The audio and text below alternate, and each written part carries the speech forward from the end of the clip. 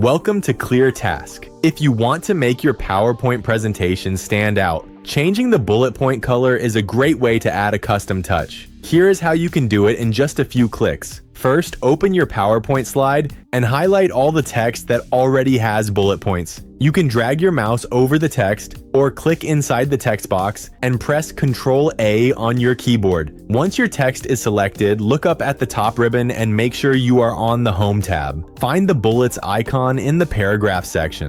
Instead of clicking the main icon, click the small downward arrow right next to it to open the drop-down menu. At the very bottom of this menu, click on Bullets and Numbering. A new window will pop up on your screen. Right in the middle of this window, look for the color option. Click the small paint bucket icon, and a palette of theme colors will appear. Choose the color that best matches your presentation's design. If you have a specific brand color, you can click More Colors to enter a custom hex code or pick a custom shade. After selecting your color, simply click OK. Your bullet points will instantly update to the new color, while your text remains exactly the same. It is really that simple. If this quick tip helped you speed up your workflow, make sure to hit the like button and subscribe for more straight-to-the-point tutorials.